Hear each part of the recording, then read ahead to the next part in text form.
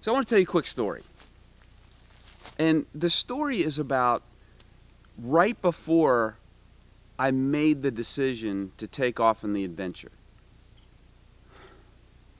It was a turbulent time in my life. There were massive changes taking place, both personally, professionally. I'd just broken up with somebody and I didn't know what to do or where to go. And then all of a sudden this idea came into my head about taking off on an adventure.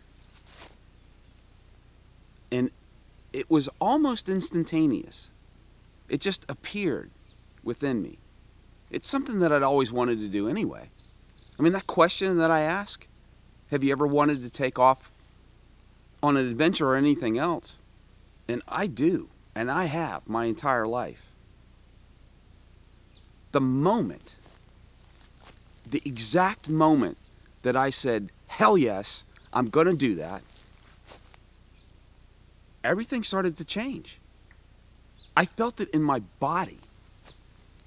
People looked at me differently. They were like, dude, what is going on with you?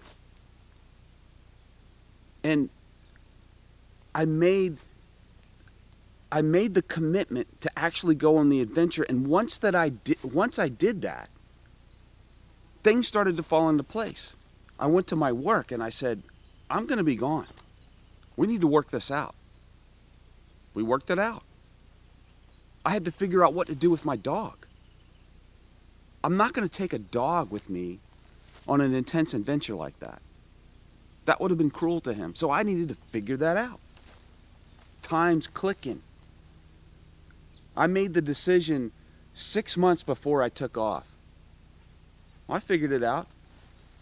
And thank you, Haven. Thank you, Cousin Haven Morrison, for taking care of my dog on the first part of the adventure. And thank you, Dave Christopher, for taking care of Lucky on the second part of the adventure. And the second part of the adventure, I had to do the same thing. You know, something happened to my boat when I was on the way to sea, and on the way to the Bermuda, and I told that story in another video. So I had to leave it in Bermuda and then fly back to get it and sail it back alone again. I went to my job again and I said, look, I'm going to be gone. I don't know how long I'm going to be gone. And we worked it out. And then when I came back, from all of that intensity, everything that I learned, everything changed. And it's a continual process of change. The transformation within my soul, within my body, and the way I look at life now is completely different. Things that used to tweak me and keep me tweaked for a long period of time no longer do. Sure, they do in the moment. If somebody's going to hammer you, you just take it in, see what the lesson is, see what aspect of them is mirroring in me, ground myself, and then release it, and it's gone. Once you go and do something like that, your whole outlook on life changes. Mine did. How about yours? So in the next video, I'm going to talk about staying in the flow. I mentioned it a little bit in that story, and you're thinking, yeah, well, maybe Frucci, maybe you're right, maybe you're wrong. I don't know. If I make a commitment to something, it may or may not work out right. So when was the last time that you thought about something, there's something that you want to do, and you had a quick notion inside of you about a choice? And then you go through the analysis process, and all of a sudden you've got all these other choices, and you say, no, I'm going to do this choice over here.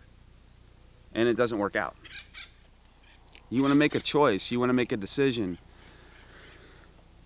You listen to your internal voice, and then you flow with it. So until the next video, discover what your soul wants. Tell your ego to sit back and watch while you discover your true path.